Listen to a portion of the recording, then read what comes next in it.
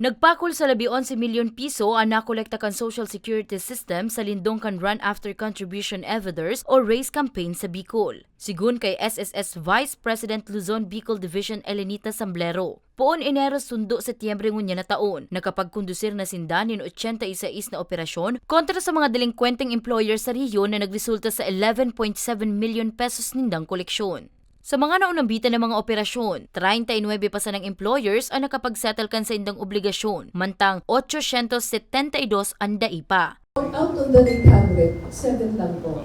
In other words, lahat po maraming nag-comply na hindi na kailangan pa. Yun na nga po talaga ang objective ng race na sana wag na natin i-elevate na makasuhan pa. Kasi that is an added burden to the employer. Imagine, kukuha siya ng abogado, siyempre nag-represent.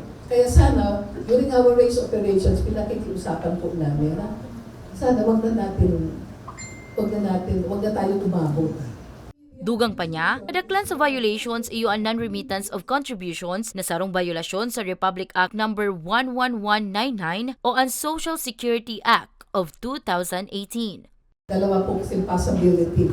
Yung cases wherein pwede namin sampahan ng kaso ang employer. Kasi it could be non-payment or non-registration.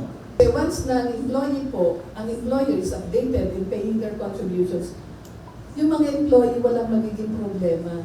Whatever benefit they're going to file sa SSS, mas mabilis po ang pagbabayad settlement.